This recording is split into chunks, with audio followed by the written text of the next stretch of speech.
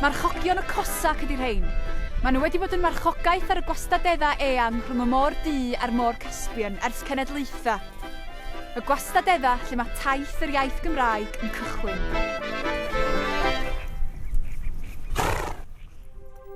Mewn cyfres o bedair rhaglen, fe fyddwn ni'n dilyn I Taith am 2000 o filltiroedd ar draws cyfandir Ewrop, drwy Ynys Prydain ac yn y pen draw I Gymru. Dyma Taith yr iaith. Ond mae'r cyfan yn cychwyn fan hyn. Yn Rwsia yda ni, yn ne orllewin Rwsia, rhwng yr Wcrain a Georgia, yn ninas Krasnodar, y ganolfan ranbarthol erbyn hyn.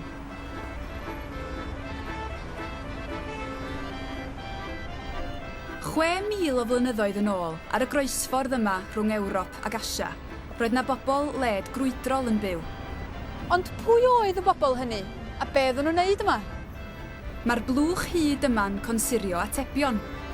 Tua 8,000 o flynyddoedd cyn geni Crist, roedd yr syniad newydd o fyw yma, sef ffarmio, yn y Dwyrain Canol, yn ymledu ac yn ymestyn tuag at gorllewin Rwsia, Dwyrain Ewrop heddiw. Mae 'na dystiolaeth archeolegol arbennig sy'n cael ei ddadansoddi fel yr amaethwyr yn cyrraedd, rhyw bobl newydd efo tai newydd, tai ffasiynol iawn, hirsgwar, ac yn arbennig olion claddu'r meirw, beddrodau, cromlechi, dolmeni o wahanol fath. Penaethiaid y llwythi fydda'n cael eu claddu yn y dolmeni hyn. Un pennaeth I bob dolmen, a'r corff yn cael ei osod ar ffurf baban yn y groth. Y cyrff yn y dolmeni fydda'r bobl gyntaf yn y byd I siarad, nid Cymraeg, ond yr iaith a fyddai maes o law yn esblygu'n Gymraeg.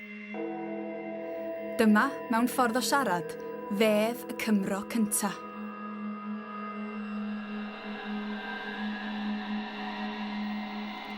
Ond fyddai trigolion yr ardal hon ddim yn aros yn ei hunfan yn hir. Byddai gwareiddiad newydd yn ymledu drwy'r byd, wrth i'r ddynoliaeth ddysgu trin y tir, datblygiad chwyldroadol. Mae'r dystiolaeth gyda ni bod amaeth wedi llwyddo oherwydd bod amaethyddiaeth fel syniad, fel ffasiwn wedi lledaenu o Ddwyrain Canol draw I Brydain Fawr, Ynysoedd Prydain, dros gyfnod o ryw 4,000 o flynyddoedd. Yr hen fyd o hela yn newid. Wrth gwrs iddyn ni'n dal I hela ond ffarmio hefyd. Ond nid taith uniongyrchol o Rwsia I Brydain oedd taith y gwareiddiad newydd yma. Ymlwybrodd y llwytha I sawl gwahanol gyfeiriad a sawl cyfandir. Aeth rhai ohonyn nhw i'r dwyrain I gyfeiriad yr India. Aeth y lleill tuag at y gorllewin, tuag ata ni.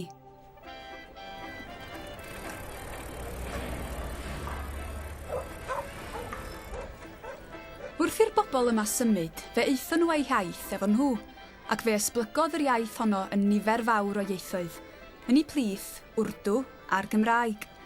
Dyna pam fod yn iaith ni yn perthyn i'r teulu hwnnw o ieithoedd sy'n cael eu hadnabod fel ieithoedd Indo-Ewropeaidd.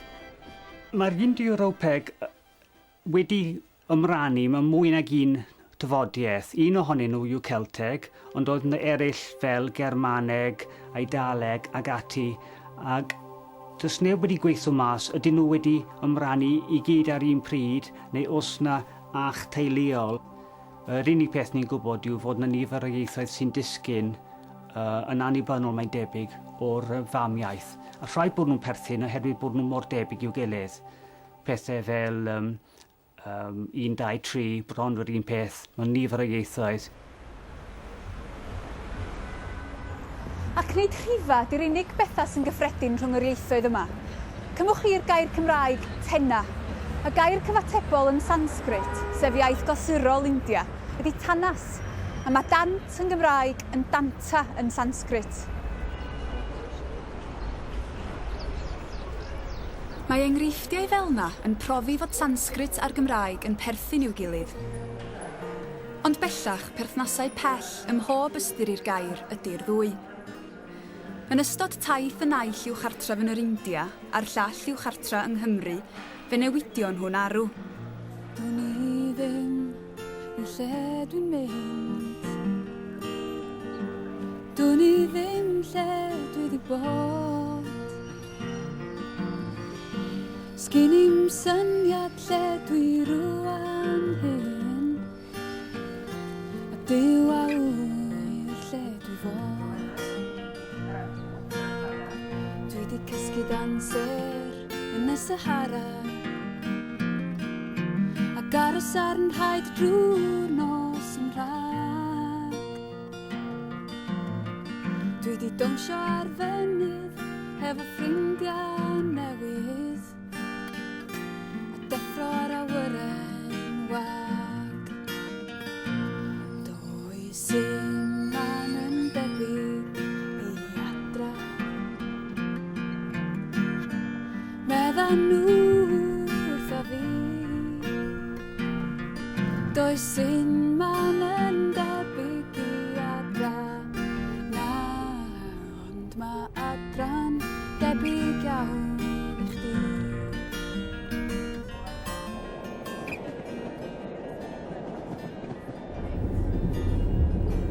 Mewn tren fodern, chymrodd i fawr o dro i ni adael pellafoedd eitha Rwsia a dechrau dilyn trywydd y Gymraeg yn ôl adra.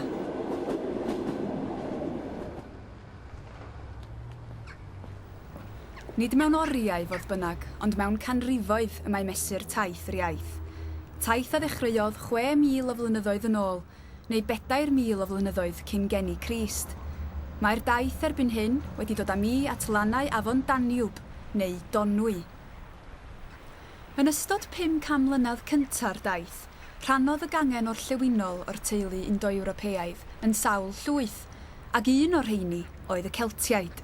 Y Celtiaid oedd y llwyth Indo-Ewropeaidd cyntaf i deithio ar draws y cyfandir. Ac mae'n debyg mai yma yng nghanolbarth Ewrop ddaru nhw sefydlu hunan fel llwyth annibynnol. Mi adawson nhw'u hoel yma hefyd. Enwau Celtaidd ydy'r Rhôn, Rhain a Daniwb. I bobl oedd wedi gorfod symud o le i le mwyn gallu cynnal eu hunain, roedd canolbarth toreithiog Ewrop yn rhyw fath o baradwys. Yn ogystal â thrin y tir, yma y dysgon nhw sydd i drin metalau a mynegu eu hunain drwy gelfyddyd gain.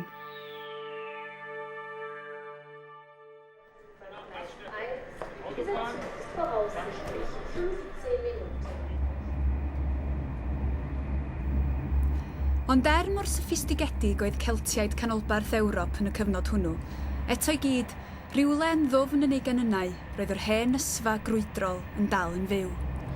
Yn ar y 10, mi symudodd y Celtiaid tua'r gorllewin, o'r Almaen ac i Ffrainc, neu Gôl bryd hynny. A'r iaith y bysyn nhw wedi siarad yr adeg ono, i bob pwrpas, oedd y Frythoneg.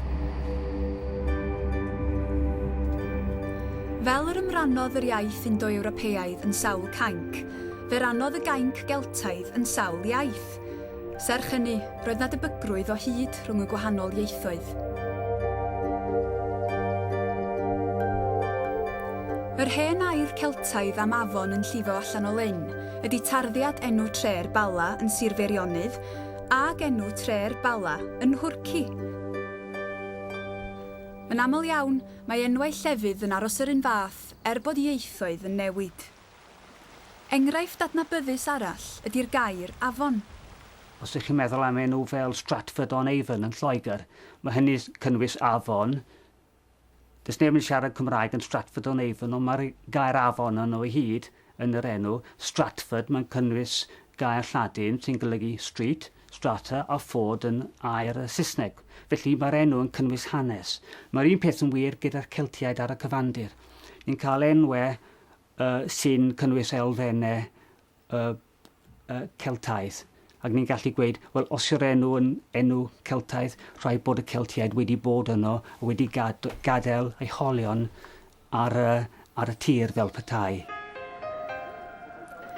Bod na debygrwydd rhwng yr ieithoedd Celtaidd, fe fyddan nhw'n esblygu maes o law yn ieithoedd ar wahân. Y famiaeth Geltaidd mewn gwirionedd ydy'r Frythoneg. O honno mae'r lleill yn tarddu.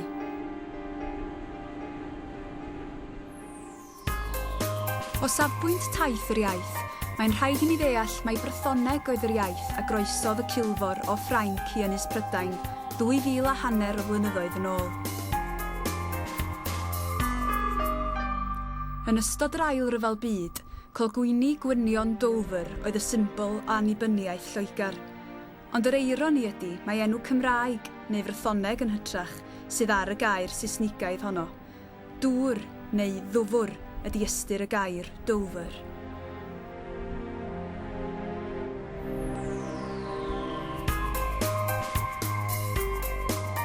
Fedran nhw ddim rhoi enw Saesneg ar y lle am nad oedd y Saesneg yn bod.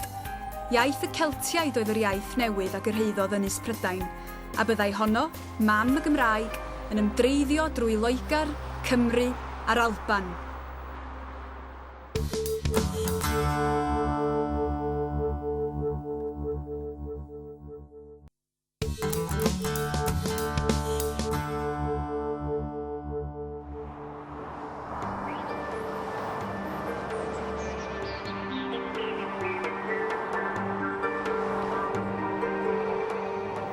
Mae taith yr iaith wedi dod â ni yr holl ffordd o dde Rwsia ar draws cyfandir Ewrop i Ynys Prydain.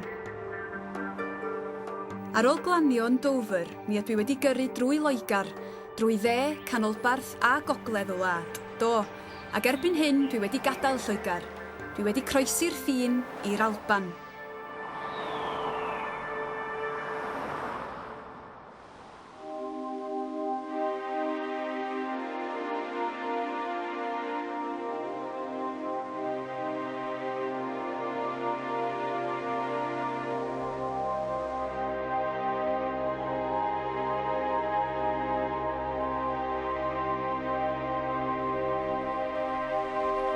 Ydy, mae'r Alban yn hardd.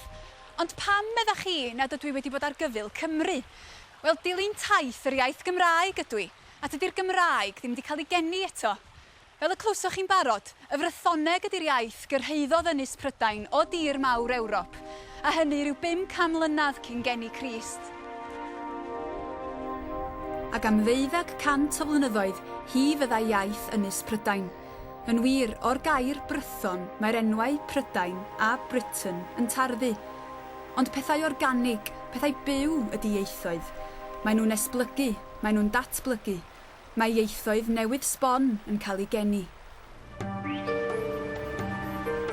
Mae'r enw Iaith, porthladd Caeredin, wedi tarddu'n briodol iawn o'r gair Cymraeg llaeth. Ac mae'r hen ogledd yn frith o enwau sydd â'u gwreiddiau yn yr iaith Gymraeg. O Llanerch y cafwyd Lanarc. Felly mae'r rheswm dros deithio i'r Alban yn dechrau dod yn amlwg. Dwi wedi dod yma i brifddinas yr Alban, i Gaeredin, cartra Senedd y Sgotiaid, a mae yma mae cryd yr iaith Gymraeg. Yn fan hyn y cafodd ei geni. Nid yn benodol ac yn llythrenol yn y ddinas hon wrth reswm, ond yn sicr yn y cyffinia yma. Yn y wlad rhwng Caeredin, Glasgow yn y gogledd a Leeds, Catterick yn y de, y cafwyd yr hen Gymraeg i gychwyn. Fanni y cafwyd chwedl John Morris Jones, The Birth Song of a New Speech. Mae disgrifiad Sir John Morris Jones yn untrawiadol. Can geni iaith newydd. Ond nid mewn gwagle mae ieithoedd yn bodoli. Mae nhw i gyd yn dod o rywle. Sut mae iaith yn dod i fodolaeth? Wel, mae pobl sy'n siarad yr un iaith yn mynd gryn bellter wrth ei gilydd. Ac mae yna newidiadau yn dechrau dod i'r ffordd maen nhw'n dweud y geiriau ac yn siarad yr iaith. Hynny ydi, mae'r pethau'n troi'n dafodiaeth, fel y gwahaniaeth sydd yna rhwng tafodiaeth y gogledd ydwch a tafodiaeth y de. Ond, pella'n byd mae'r ddwy dafodiaeth yn mynd wrth ei gilydd, mae yna bwynt yn dod lle maen nhw wedi newid cymaint, jyst bod rhaid chi galw nhw'n ddwy iaith. Be oedd y prif ddigwyddiadau pan droes yr Frythoneg yn Gymraeg? Wel, cymrwch chi air Brythoneg fel abona. Mae'r bi rhwng dwy lefariad yn mynd yn ef, a wedyn mae'r terfyniad a yna, sydd yn derfyniad benywaidd yn diflannu, felly mae gennych chi afon. Wedyn, meddylwch chi am air fel mochos. Mae c yn y canol yn troi'n ech, a mae cwmffon y gair yn diflannu, a mae gennych chi moch. Fe wyddon ni mae yn Ne'r Alban a gogledd Lloegr y digwyddodd hynny, a mae barddoniaeth a gyfansoddwyd yn yr ardaloedd hynny ydy'r farddoniaeth Gymraeg gynharaf sydd ar gael. Mae'r enwoca o'r cerddi hynny, y Gododdin gan Aneirin, yn cofnodi'r frwydr fawr rhwng Cymru ardal Caeredin a'r Saeson yng Nghatraeth yng ngogledd Swydd Efrog, Catterick erbyn hyn.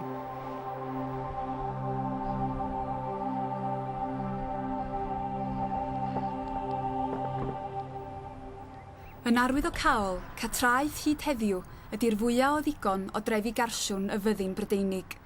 Yma mae 9,500 o filwyr yn ymarfer ar 20,000 o erwau o dir. Good morning, I'm Gwyneth Glyn. I'm here to see Major Cunningham. Is he expecting you? Yes. Yeah, okay, that's fine. Thank you. Thank you.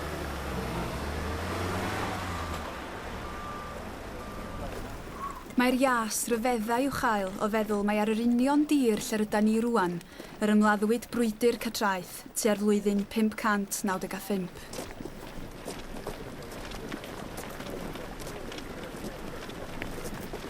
I bob un o'r milwyr Cymreig ymladdodd yma Nghatraeth gael ei lladd ac eithrio'r bardd Aneirin ei hun, heddiw yn yr 11 ganrif ar 20, mae yna o hyd filwyr Cymraeg ar faes y gad yng Nghatraeth.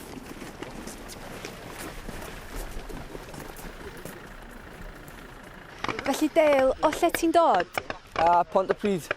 Reit, ac i ba ysgol ysdi felly? Ysgol Gyfynwyr Felyn. A ben union ti wedi bod yn neud yma heddiw? Ni wedi dod 8 milltir o camp i fan hyn, a wedyn 1 milltir, wneud yn gorau glas lawr fan'na, a wedyn pan mae targedi yn dod lan, ni fod seithio nhw lawr. Nod Cymru'r Gododdin oedd trechu'r Saeson a oedd wedi cyrraedd Catraeth gyda'r bwriad o oresgyn a meddiannu'r hen ogledd. Roedd brwydr Catraeth yn un weitlyd a thingedfennol a thrychinebus. Yn ei gerdd, mae'r bardd yn camol dewrder y milwyr Cymreig o Gaeredin. 300 ohonyn nhw oedd na. Ond fe laddon nhw dros 2,000 o Saeson cyn cael ei gorchfygu a'i lladd gan fyddin Sacsonaidd anferth. Mae'r gwisgoedd a'r arfau wedi newid yn arw ers y dyddiau hynny.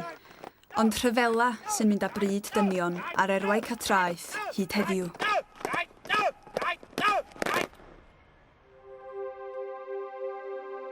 A dychwelyd fodd bynnag at gerdd Aneirin am y frwydr wreiddiol, rhaid gofyn ai Cymraeg y 6ed ganrif ydy Cymraeg y fersiwn o'r gerdd sydd ar gael i ni ei darllen heddiw. Un o'r anawsterau mawr gyda chanu Aneirin y Gododdin yw nad yw'r gwaith ar glawr mewn llawysgrif tan o leia'r 12fed ganrif efallai dechrau'r 3fed ganrif ar 10, ac mae yna fwlch felly o 6,5–7 ganrif rhwng yr amser y tybiwyd i'r gerdd gael ei chanu'n briddiol a'i chofnodi hi gan lawysgrifwr. Be ddigwyddodd i'r Gymraeg yn ystod hynny a ddiweddarwyd hi gan genhedlaeth ar ôl cenhedlaeth o lawysgrifwyr a'i peidio, wyddon ni ddim. Ond mae'n siŵr mae felly roedd hi, ac efallai fod pobl wedi gwella iaith a chwanegu ati hi, a chan hynny does na ddim cofnod gwir o beth a alwyn ni yn hen Gymraeg ar gael. Mae'n 10 casglu fodd bynnag fod y frwydr a gofnodir gan y bardd Aneirin, brwydr Catraeth, wedi bod yn ddigwyddiad o'r pwysigrwydd mwyaf yn hanes yr iaith Gymraeg. I'r Gymraeg oroesi yn yr Alban a gogledd Lloegr tan y 7fed ganrif, ac yn hwyrach na hynny mewn amball i fan, roedd ei thiriogaeth yn crebachu ac yn cael ei gwthio fwy o'r hen ogledd i lawr yn fras i'r tiroedd yr ydan ni heddiw yn ei hadnabod fel Cymru. Ond ai sôn am frwydr catraeth yn unig wnaeth Aneirin yn ei gerdd? Neu a oedd o'n cymryd golwg ehangach ar dynged y Cymru cynnar? Mae'n bosib fod hon yn rhyw fath o symbol am y llwyth o gyn Gymru, yr ymosodwyd arnyn nhw o sawl cyfeiriad yn yr hen ogledd, a'i bod nhw wedi gweld bod yn rhaid iddyn nhw lawr ar hyd rhyw goridor alwni bellach yn Carlisle, Lancaster, Manceinion, i gwrdd ar cyn Gymru eraill a oedd yn bod yn y wlad a alwyn ni yn Gymru. Faint ddath? Dwn i ddim, ond mae'n sicr fod na lawer wedi dod ac yn eu plith nhw dywysogion a gwachil bobl.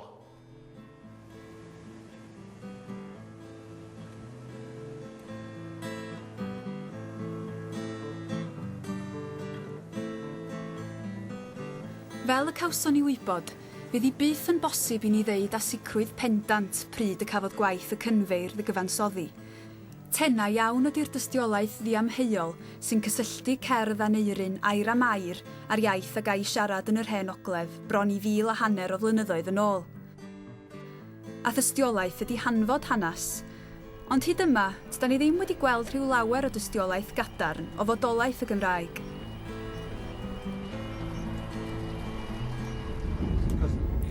Gwaith ditectif, dyfalu, sydd wedi'n harwain ni ar hyd rhan gyntaf taith yr iaith. Wedi ni groesi cyfandir Ewrop a'r rhan go dda o Loegr a'r Alban, mi ydyn ni wedi cyrraedd adra i Gymru. I raddau helaeth, tarddiad enwa llefydd sydd wedi'n harwain ni hyd yn hyn, ac yn ôl yr ysgolheigion, does na ddim rheswm o gwbl dros amath yn honell o'r fath.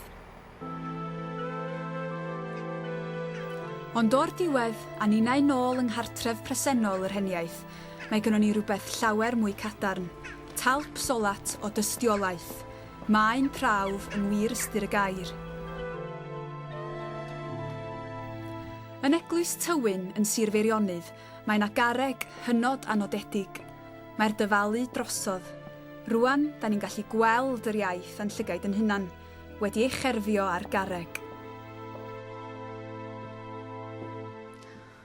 Felly dyma hi, Carreg Cadfan, yr enghraifft gynhara o Gymraeg ysgrifenedig o tua'r 9fed ganrif. Cyngen, celyn, ar ochr arall, trigyd ni danaf, sef mae corff cyngen yn gorwedd oddi tanodd. Dim ond 4 gair Cymraeg sydd na fan hyn, ond maen nhw'n profi fod yr iaith yn cael ei siarad yng Nghymru'r 9fed ganrif. Peidiwch â meddwl fodd bynnag mae gwlad uniaeth oedd Cymru'r cyfnod.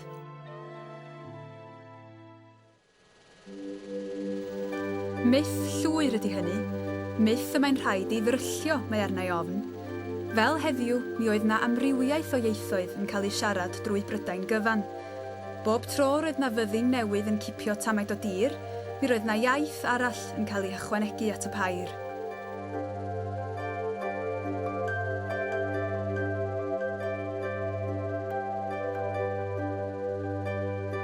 Yn y flwyddyn 43 oed Crist, fe gafodd Prydain ei goresgyn gan fyddinoedd Claudius, yr ymerawdwr Rhufeinig. Am bron i 4 canrif y bu Rhufeiniaid yn teyrnasu yma, ond parhaodd i dylanwad am ganrifoedd ar ôl hynny, yn enwedig y defnydd swyddogol a oedd yn cael ei wneud o'r Lladin.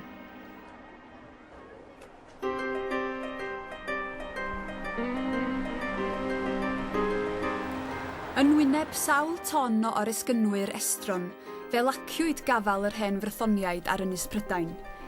Erbyn y 9fed ganrif, roeddan nhw a'i heithoedd wedi cael ei gwthio i'r ymylon, a'r Saeson neu'r Eingl-Sacsoniaid a feddiannau rannau helaeth o Brydain.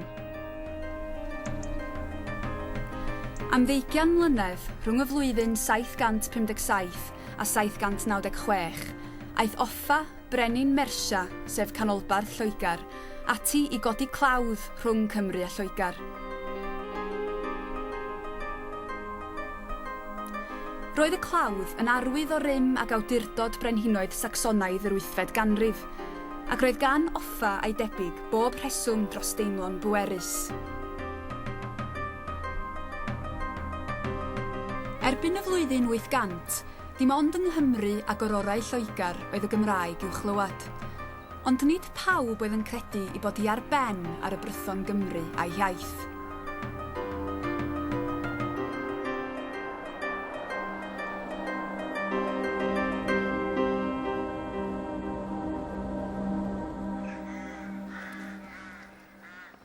Fe heirir, nad oes sicrwydd o hynny, mae yn Ddewi, un o'r mannau mwyaf cysegredig yng Nghymru, tua'r flwyddyn 930, yr ysgrifennwyd cerdd hynod o'r enw Armes Prydain. Cerdd ddarogan oedd hon, cerdd a oedd yn rhagweld atgyfodiad y Cymru. Mae awdur y gerdd yma, ac mae'n debyg mae gŵr eglwysig oedd o, achos mae o yn cyfeirio gryn dipyn at saint Prydain ac yn enwedig at Dewi Sant. Mae o yn annog yn y gerdd yma i Gymru, pobl dilyn, sef y Sgandinafiaid, gwyddyl dilyn a gwyddyl y Gogledd, sef yr Sgotiaid fel da ni'n nabod nhw, a pobl Cernyw, i'r bobl yma ddod at ei gilydd yn un cyngrair mawr. Ac be maen nhw i fod i wneud ydy gwthio o'r Iwis, pobl Wessex neu Saeson, o'r wlad yma i'r môr o'r lle daethon nhw.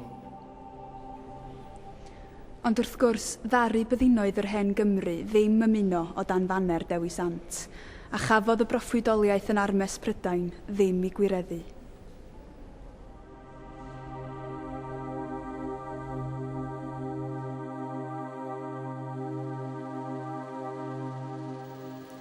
Cael ei gwthio i gyrion Ynys Prydain fyddai tynged yr ieithoedd Celtaidd, ac yn achos y Gymraeg yn benodol, chwelwyd pob gobaith o'i gweld yn adennill i lle yn Lloegr. Roedd y dyddiau pan oedd y Gymraeg yn cael ei siarad o Gaeredin i Gas Newydd ar ben am byth.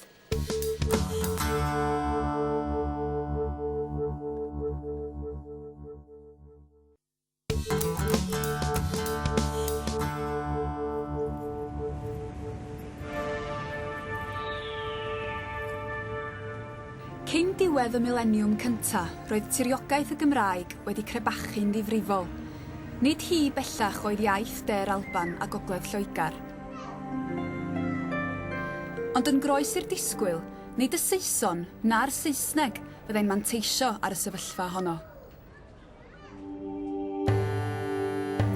Yn y flwyddyn 1066, trechwyd byddin Harold, brenin Wessex, ym mrwydr Hastings, a daeth Gwilym y cyntaf, Gwilym Goncwerwr, yn frenin yn ei le. Norman oedd Gwilym, ac fe fynodd y Norman hwn mae'r Ffrangeg, nid y Saesneg, byddai iaith y llys a'r gyfraith yn Lloegr. Bu'r Gymraeg yn llawer mwy ffodus na'r Saesneg, i'r Normaniaid gael gafael ar rai rhannau o Gymru hefyd.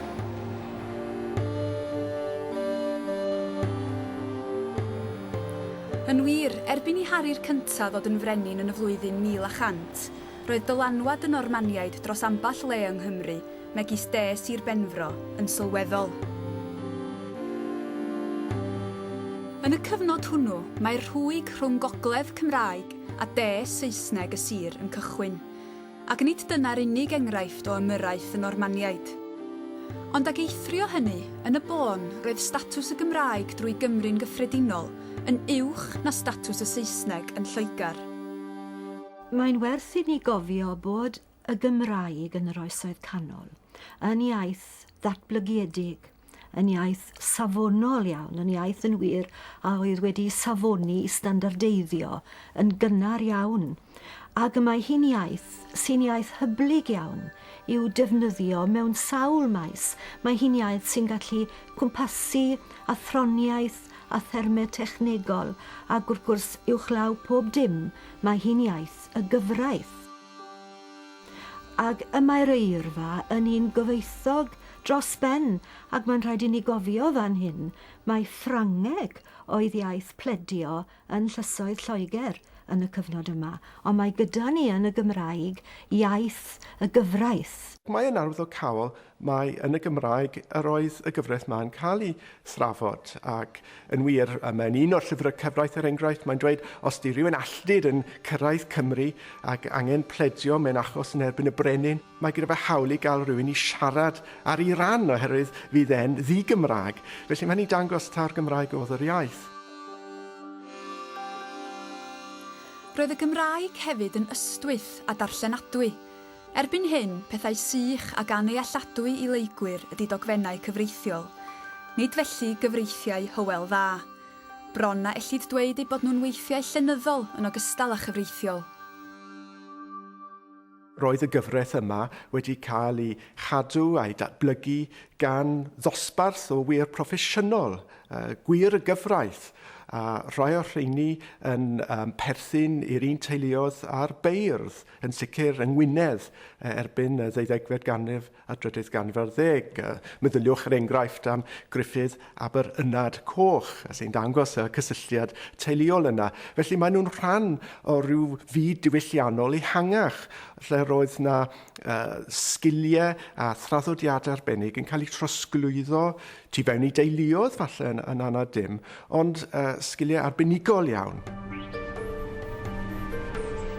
Gruffydd Aber-Ynad Coch o Ynys Môn a sgrifennodd un o'r cerddi mwyaf adnabyddus yn y Gymraeg, i awdl galon rwygol cof am Lywelyn ein lliw ola ym 1282. Dyma gerdd sy'n dangos meistrolaeth lwyr o grefft y gogynfeirdd, beirdd y tywysogion, ar ei mwyaf grymus a godidog. Wrth gofeb Llywelyn yng Nghilmeri, mae geiriau'r bardd yn atseinio yn fy mhen. Pon i welwch wi hynt y gwynt ar glaw, pon i welwch wi'r deri yn ymdaraw, pon i welwch wi'r môr yn merwynaw'r tir, pon i welwch wi'r gwir yn ymgyweiriaw. Roedd oes tywysogion annibynnol Cymru wedi dod i ben, a'r ofn mawr a fynegwyd gan Gruffydd Aber-Ynad Coch oedd bod popeth a oedd o bwys wedi darfod hefyd. Ar Cymru wedi cael ei concro gan Edward y Cynta, a nhwtha dan reolaeth Coron Lloegr, tybed pa effaith gafodd y goncwest ar yr iaith? Fe wnaeth Edward y Cynta lawer o bethau fydde'n dwy'n anfri arno fe o safbwynt y Cymru, ond dwi ddim yn meddwl y gallwn ni gyhuddo fe o fod wedi gwahardd yr iaith. Mae e'n sôn yn ei propaganda am fynd ynglyn ar lingua walensica, yr iaith Gymraeg, ond mae'n rhaid i ni gofio bod iaith a chenedl yn gyfystyr a'i gilydd yn y cyfnod yma, a sôn am y genedl Gymraeg y mae mae'n bir debyg. Mae yna lunio testunau pwysig. Mae gemau y traddodiad moliant yn cael ei crynhoi mewn cyfrol gynwysfawr. Yn mynachlog Ystod Fflir fe luniwyd llywysgrif Henry Gadredd. Roedd testunau hanesyddol yn cael ei sgrifennu. Eisoes roedd yna gyfieithiadau i'r Gymraeg o Frit Sieffre o Fynwy, hanes y Britaniaid, roedd rheini wedi llunio ychydig yn gynharach. Ond yn nawr mae hanes y Cymru hunain yn cael ei lunio yn Lladin, a hwnnw'n cael ei drosi i'r Gymraeg wedyn ar ffurf Brit y Tywysogion, eto yn y mynachlogydd. Ond mae'r fynachlog erbyn hyn yn ymateb i alw lleugwyr deallus am ddefnydd yn y Gymraeg. Ac mae hyn yn wir wedyn am y chwedle, am y ryddiaeth greadigol. Felly mae'r cyfnod y gorysgyniad yma, a blynyddoedd wedi'r gorysgyniad, yn gyfnod pur greadigol y maes diwylliant Cymru. Ac mae yna wedd bositif i osod yn erbyn y wedd negyddol ar yr ochr wleidyddol fel y cyfryw.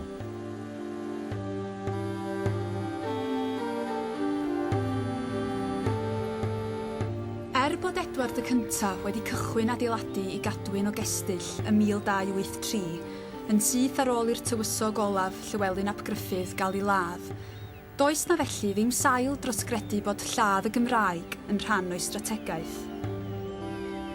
Mae'n rhaid ni gofio yn gyntaf fod Edward y cyntaf i fod o yn frenin ar deyrnas amlieithog.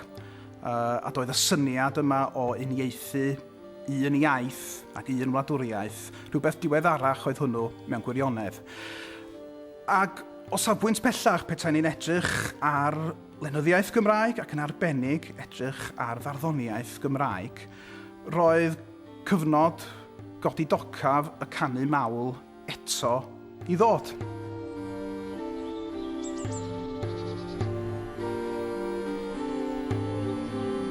Mae rhai awduron modern wrth geisio roi gogwydd genedlaetholgar i'r goncwest yn ei chael hi'n anodd cydnabod un ffaith arbennig. Yn ôl yr ysgolheigion, ffynnu ddaru'r diwylliant Cymraeg yn ei sgil. Mae'n ymddangos wrth gwrs fod y beirdd am gyfnod wedi colli ei statws cyfreithiol, ond y gwir ydy fe ddaeth yna ddosbarth newydd o noddwyr i'w cynnal nhw, sef yr uchelwyr. A'r eironi ydy fydda'r uchelwyr ddim o rymus oni bai am y goncwest, oherwydd yn y man y cyfleoedd a ddaeth yn sgil y goncwest, y cyfleoedd i adeiladu stadau, y cyfleoedd erbyn y 15fed ganrif i ddal swyddi dan y goron. Dyna mewn gwirionedd oedd yn rhoi grym, a dyna oedd sylfaen economaidd yr uchelwyr hyn. Ond roedd yr uchelwyr hefyd yn ddynol. Roedden nhw'n hoffi cael eu camol, roedden nhw'n poeni am eu delwedd. A deud y gwir, roedden nhw'n ddigon tebyg yn hynny o beth, i bleidiau gwleidyddol a chwmnïau busnes yn dyddia ni. Dim ond mai beirdd yn hytrach na sbin ddoctoriaid a phobl PR oedd yr uchelwyr yn ei cyflogi. Roedd beirdd Cymru yn yr Oesoedd Canol yn canu mawl i beneithiad i gwledydd, i beneithiad i brwydd. Dyna oedd eu gwaith nhw, canu i dywysogion ac uchelwyr. A mi fydden nhw'n canu ar bynciau gosodedig bron. Bydden nhw'n canu i ddiw yn ei drefn, mi fydden nhw'n canu i'w peneithiad am ei haelioni ac am ei cymwynasgarwch a ei gwrhydru. A bydden nhw'n barddoni am ei teuluoedd, weithiau i gwragedd, weithiau i plant.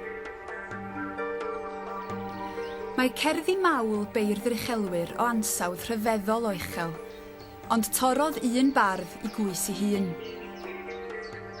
Yr enwocaf beirdd yr Oesoedd Canol yw Dafydd ap Gwilym, ac anodd yn te i uchelwyr. Mae'n canu'n aml i forhael, mae'n canu i berthnasau, i ewethrod iddo fe oedd yn uchelwyr i hunain.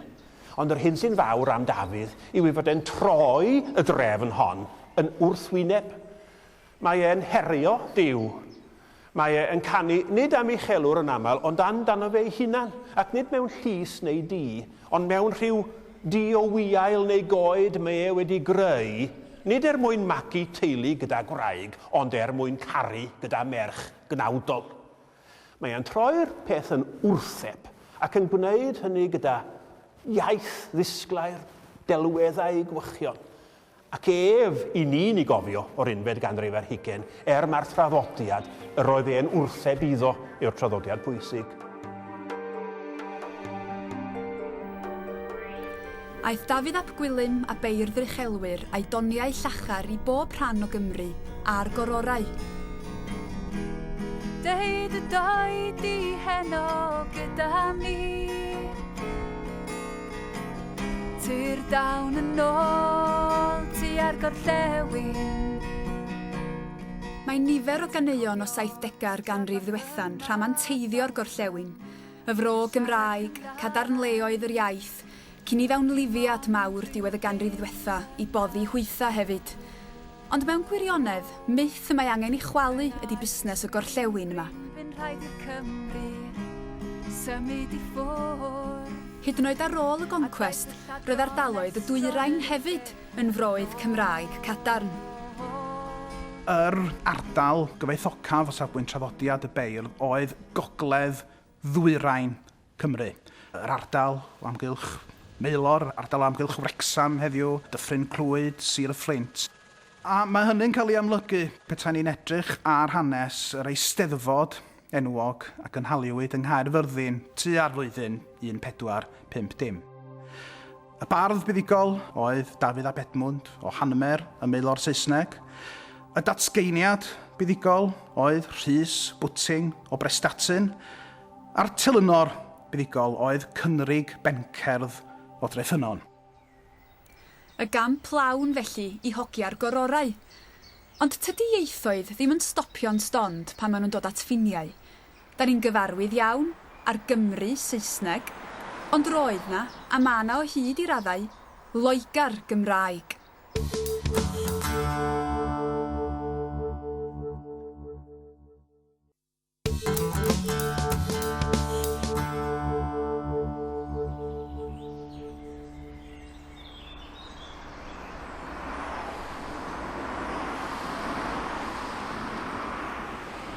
Dwi wedi croesi'r ffin sy'n gwahanu Cymru a Lloegar, ond tydi hon ddim yn ffin sy'n gwahanu'r Gymraeg oddi wrth y Saesneg. Ddim heddiw, ac yn sicr ddim yn oes aur beirdd yr uchelwyr. Mae'n amlwg fod yna weithgarwch barddol yn gorlifo mewn gwirionedd dros yr hyn sydd yn ffin wleidyddol erbyn heddiw yn gorlifo i Loegr mewn gwirionedd. Cymrwch dref fel Croesoswall, tref erbyn y 15fed ganrif ac yn arbennig erbyn dechrau y cyfnod Tuduraidd, oedd yn dre Gymreig a Chymraeg iawn. Ac yn ystod y 15fed ganrif, mi ganwyd cywyddau o fawl i'r dref gan feirdd fel Gwyneth Glyn, Tudur Aled a Lewis Glyn Cothi. Ac yn wir mae yna draddodiad fod Gwyneth Glyn wedi cael ei wneud yn un o'r bwrdeisiaid fel cydnabyddiaeth am ei gywydd.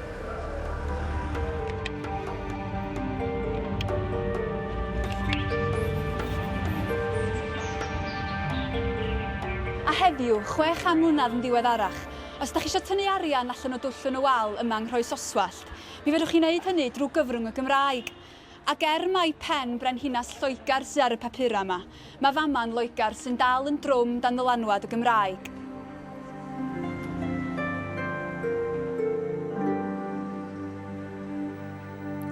Yng Nghroesoswallt mae'r dylanwadau Cymreig a Chymraeg wedi para hira, ond yn ei dydd, yn y cyfnod ar ôl y goncwest, roedd rhannau o siroedd amwythig a henffordd yn Gymreigaidd, ac yn ddi-Saesneg mewn rhai achosion.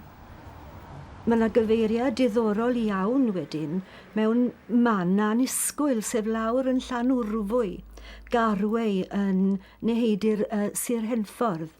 Ar ddiwedd y 4edd ganrif ar 10, mae plwyfolion plwyf Llanwrfwy yn cwyno nad yw eu hyffeiriad nhw ddim yn gallu gwasanaethu nhw, oherwydd nad yw e ddim yn deall Cymraeg a dyw nhw ddim yn deall gair o Saesneg.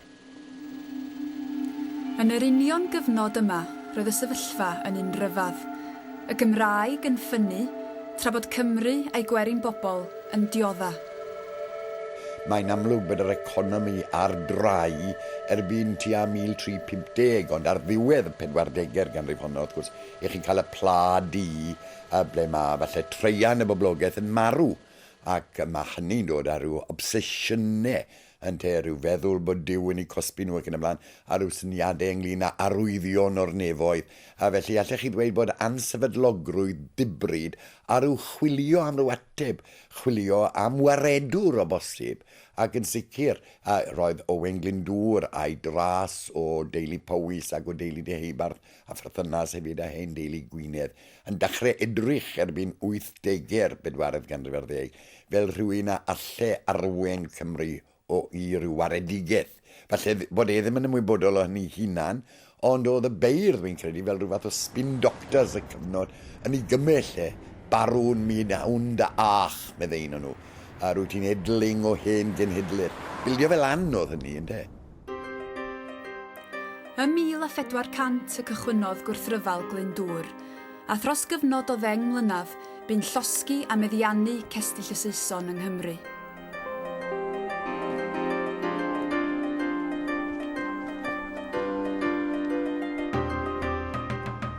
Roedd gwrthryfal Glyndŵr yn chwalu'r consensws rhwng uchelwyr Cymru a choron Lloegar, a oedd wedi diogelu'r Gymraeg ers conquest 1282. Ond roedd gan Glyndŵr i gynlluniau manwl ei hun ar gyfer cynnal a meithrin a datblygu'r iaith. Mae llythyr Pennod wedi cael ei ddisgrifio fel un o ddogfennau pwysica Cymru'r Oesoedd Canol. Arwyddwyd y llythyr ar ddiwrnod ola Mawrth 1416, a'i anfon at frenin Ffrainc, Siarl y Chwechad. Ynddo, mae Glyndŵr yn mynegu I weledigaeth ar gyfer Cymru a'r Gymraeg. Yn y cyfnod ni yr offeiriad o ddasgwrn cefn y gwasanaeth sifil ac yn y blaen. Be mae moyn felly yw offeiriad sydd o dan dylanwad y teirn Gymraeg, y tywysog Cymru. Felly mae'n sicrhau bod y ffeiriadon yng Nghymru medru'r iaith Gymraeg yn deyrngar I Gymru. Na mae'r ddogfen yma ble mae'n sôn am brifysgolion yn sôn am beidio caniatau eglwysi yng Nghymru I hanfon I hincwm I Loegr ac yn y blaen. Mae e'n fath o fframwaith ar gyfer gwladwriaeth ganoloesol Gymreig. Pe byddai gwrthryfel Glyndŵr wedi llwyddo'n filwrol, pwy a wyr beth fyddai tynged Cymru a'r Gymraeg. Ond dim diben dyfalu, fi yr un gwrthryfel arall. Ar ôl diflaniad Glyndŵr ym 1410, daliai'r Cymru I ddeheu o hyd am y mab darogan, yr un allai adfer i'r rhyddid. Roedden nhw'n tybio I bod nhw wedi dod o hyd iddo fo ym 1485. Pan laniodd Harri Tudur yn Deil, Sir Benfro, heidiodd y Cymru I ymladd o dan ddraig goch Tuduriaid Penmynydd Ynys Môn. A phan esgynodd Harri I orsedd Lloegr, roedd y freuddwyd wedi ei gwireddu a'r darogan wedi dod yn wir. Roedd Cymro wedi cipio coron Lloegr ac Ynys Prydain yn eiddo I ni unwaith eto.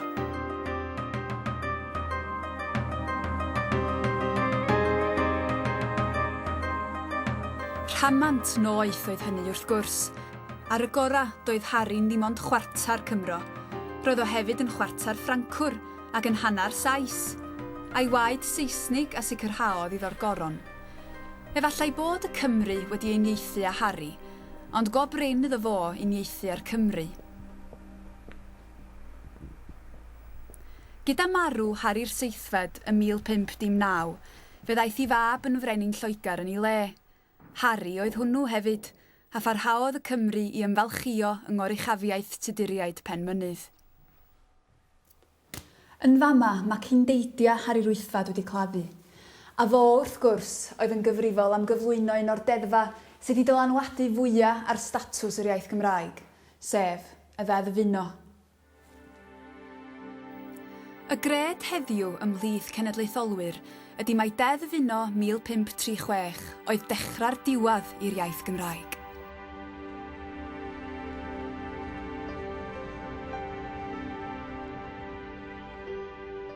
Ond efallai bod y gwirionedd yn llawer mwy cymhleth na hynny.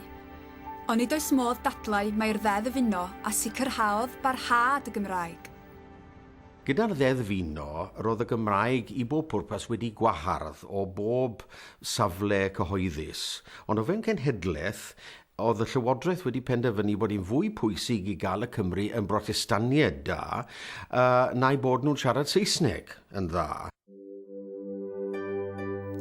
Y ffordd orau o sicrhau hynny oedd drwy ddarparu Beibl i'r Cymru yn y Gymraeg, cyfieithiad godidog yr esgob William Morgan. Nid achub y Gymraeg oedd bwriad y Frenhines Elizabeth, ond dyna a ddigwyddodd.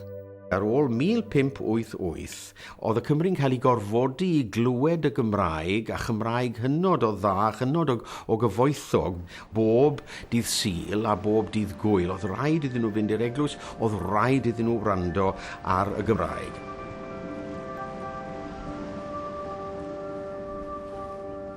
Oes y dewis yn hytrach nag oes gorfodaeth ydy'n hoes ni. Ond oherwydd bod Brenhinas Lloegr wedi gorfodi'r Cymru I wrando ar Gymraeg coeth Beibl William Morgan, yr yda ni heddiw yn yr 11 ganrif ar 20 yn dal I wrando ar yr iaith a'i siarad ti.